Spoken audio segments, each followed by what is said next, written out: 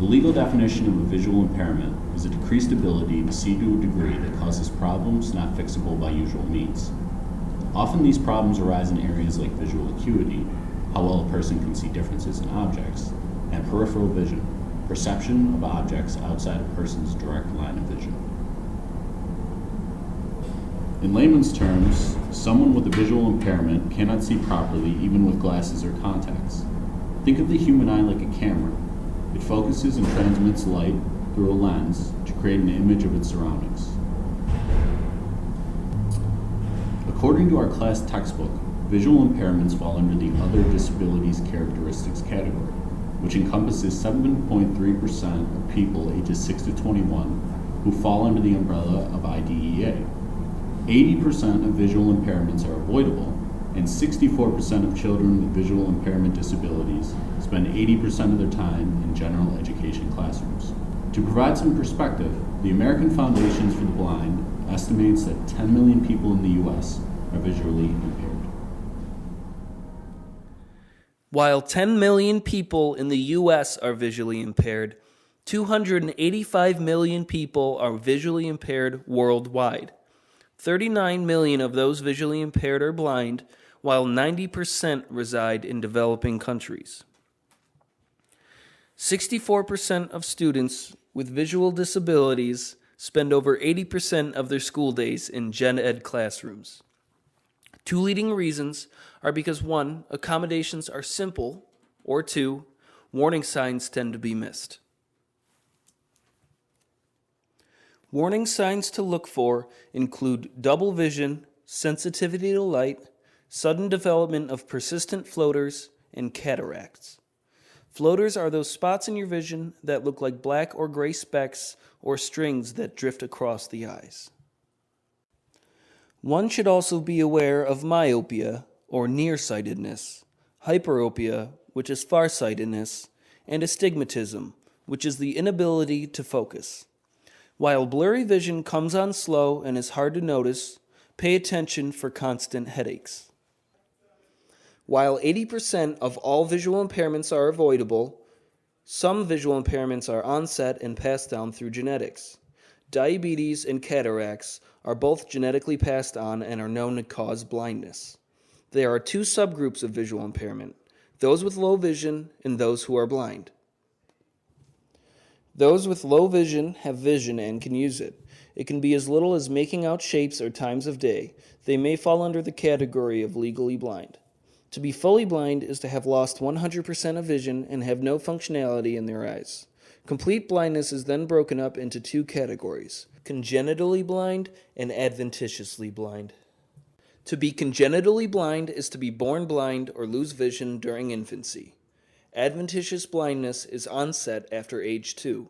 The importance of this difference is that visual memory gained until age 2 impacts cognitive abilities, hence why adventitiously blind has the prefix of advantage. Blindness can occur in combination with such conditions as intellectual disability, autism spectrum disorders, cerebral palsy, hearing impairments, and epilepsy. Blindness in combination with hearing loss is known as deaf blindness. Blind students will struggle even before entering the classroom. It has been estimated that over half of completely blind people have non-24-hour sleep-wake disorder, a condition in which a person's circadian rhythm, normally slightly longer than 24 hours, is not synchronized to the light-dark cycle. There are some important things a teacher must know when they are teaching a student with a visual impairment. One is that the student is missing one of the most important senses used in learning. In fact, the vast majority of students use their vision as a primary method of learning and means of participating in the community. Also, along with any disability, teachers should avoid making assumptions that the student with the visual impairment is minimally affected in their schoolwork because of their disability. Students should be monitored and should be given more time to complete classroom tasks and assignments. Teachers should know that students with visual impairments need to learn more than what is being taught in the classroom. They must learn how to be independent. This includes accessing transportation, moving freely in new places, cooking, cleaning, doing laundry, etc. Students should be monitored and encouraged through tasks. Students who have a visual impairment have a pretty big workload because they are constantly learning how to adapt to new places. General education teachers should know that these students are not only going to struggle with course content, but may have a difficult time moving around the classroom for things such as station teaching. As students get older, this will become less of a setback. Teachers need to know that under stress, students may not adapt as well. Teachers need to go over emergency plans such as evacuation procedures. Student safety is of utmost importance. Landmarks in the classroom can help the student adapt and move freely throughout the classroom. Students may benefit from any of the following accommodations and teaching strategies. These include enlarged type, lighting, books on tape or personal readers, seating the student in the front or near an exit, using a clean board, and avoiding red, orange, and yellow. Teachers should always encourage students to use their vision as much as possible. Teachers should keep in mind that students may bring in assistive technology from outside of the classroom. This includes guide dogs to assist in mobility, as well as tools such as the white cane with the red tip, which is the international symbol of blindness. With visually impaired students comes blind culture. What that means is teachers must be understanding of the unique backgrounds that visually impaired students come from. Visually impaired students may lack facial expressions or body gestures which may come across as disinterest.